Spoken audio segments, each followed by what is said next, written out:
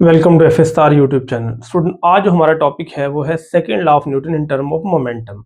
इससे last topic में हमने ये देखा था कि मोमेंटम क्या चीज़ है, मोमेंटम का फार्मूला क्या है, या उसका अगर हम काइनेटिक एनर्जी के साथ रिलेशन निकालें तो वो क्या चीज़ आएगी। आज हमारा जो टॉपिक है वो है second law of Newton in term of momentum.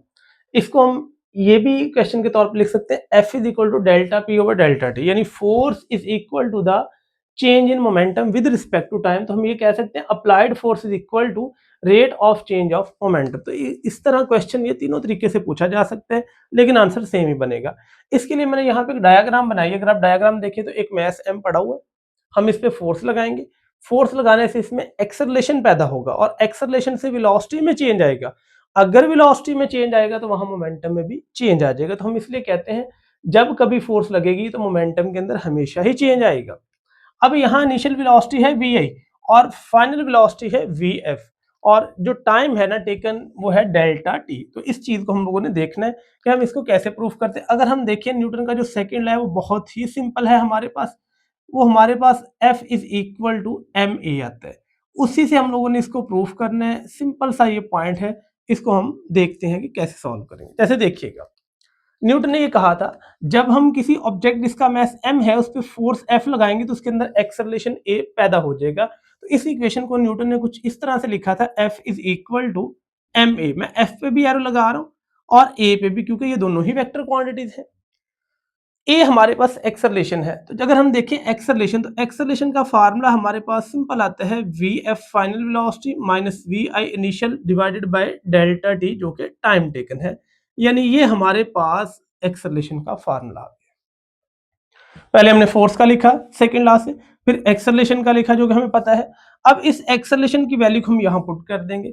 अगर हम देखें तो ये हमारे पास f is equal to M a आएगा, तो एम और साथ में ब्रैकेट के अंदर v f minus we i over delta t चला जाएगा। ये हमारे पास बन गया एक्सेलरेशन की वैल्यू पुट करने के बाद न्यूटन के सेकंड लॉ का फार्मूला। हमने यहाँ पे ए की वैल्यू पुट कर दी। अब देखिएगा एम जो है वो मल्टीप्लाई हो जाएगा वी एफ से भी और वी आई से भी। तो हमारे पास इक्वेशन कुछ इस तरह से रीअरेंज होगी। अगर हम इसको लिखें m v f minus m v i over delta t आ जाएगा। ये है न्यूटन का सेकेंड लॉ का फार्मूला। अब देखें हमारे पास एम वी एफ यानी m v f minus m v i. अब हमने ये पढ़ा हुआ है लास्ट टाइम कि जो मोमेंटम है ना इसको हम डिनोट करते हैं P is equal to M और V के साथ, और ये वेक्टर क्वांटिटी है।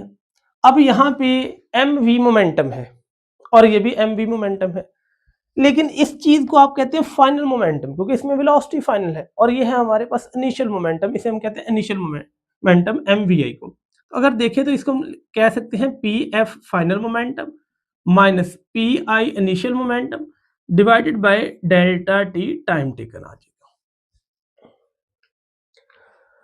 ये हमारे पास आता है मोमेंटम की टर्म में फोर्स का फार्मूला। तो एफ जब लगेगी तो P f final momentum minus p i initial. अगर मैं इस क्वांटिटी को देखूं तो ये क्वांटिटी मेरे पास आती है final momentum minus initial momentum. इस क्वांटिटी को हम लोग कह सकते हैं चेंज इन मोमेंटम। तो अगर मैं यहाँ वैल्यूज पुट करता हूं तो फोर्स इज इक्वल टू मेरे पास आएगी delta P change in momentum divided by delta t time taken. तो ये फार्मूला था second law of Newton in term of momentum. बहुत ही सिंपल कॉन्सेप्ट था, सिर्फ वैल्यू रिप्लेस करके हमने इसको डिराइव कर लिया। अब थोड़े से इसके रिलेटेड पॉइंट देखते हैं जो कि बहुत ही इंपॉर्टेंट है और हमें याद भी रखने हैं। हम लोगों ने अभी ये देखा कि फोर्स इज इक्वल टू हमारे पास आती है change in momentum divided by delta t आ जाएगी। अब इसके कुछ पॉइंट आपने एमसीक्यूज के लिए याद रखने हैं बच्चों। अगर मैं कहता हूं फोर्स लग रही है, तो फोर्स लगने का मतलब ये है कि फोर्स जीरो नहीं है, यानी फोर्स अप्लाई हो रही है। जब फोर्स लगेगी तो फोर्स से मोमेंटम में भी चेंज आएगा। तो हम ये कह सकते हैं अब चेंज इन मोमेंटम जीरो नहीं आएगा।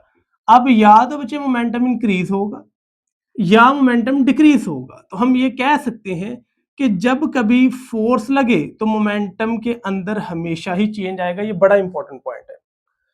अगर फोर्स ना लगे, जैसे फोर्स नहीं लगी, तो मोमेंटम में भी चेंज नहीं आएगा। यानी अगर फोर्स जीरो हो जाए तो हम ये कह सकते हैं कि बॉडी का चेंज इन मोमेंटम जीरो हो गया है, यानी कि बॉडी का मोमेंटम हमारे पास कांस्टेंट आएगा।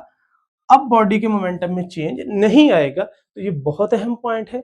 अगर बॉडी पे फोर्स ना लगे तो मोमेंटम में चेंज भी नहीं आता, और मोमेंटम हमेशा क्या होता है, फिर कांस्टेंट हो जाता है बच्चों।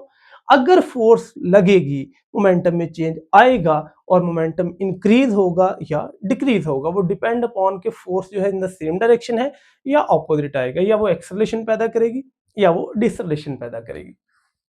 इसके अलावा देखिएगा, अगर हमारे पास फोर्स का ताल्लुक देखा जाए तो वो डेल्टा पी के साथ डायरेक्ट रिलेशन है।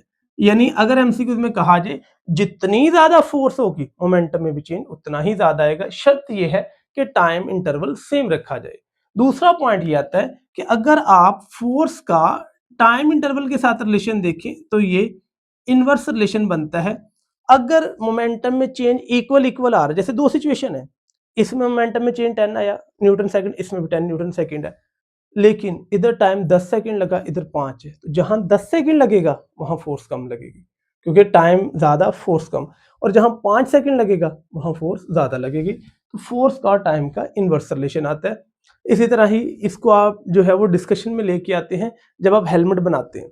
आप हेलमेट के अंदर जो फोम यूज करते हैं वो इसी प्रिंसिपल के ऊपर करते हैं कि जब हमारा एक्सीडेंट होता है, अल्लाह ना करे किसी का एक्सीडेंट हो, तो उसका क्या होता है कि वो हमारे ऊपर डायरेक्ट इम्पैक्ट जो है वो बॉडी पे नहीं आता।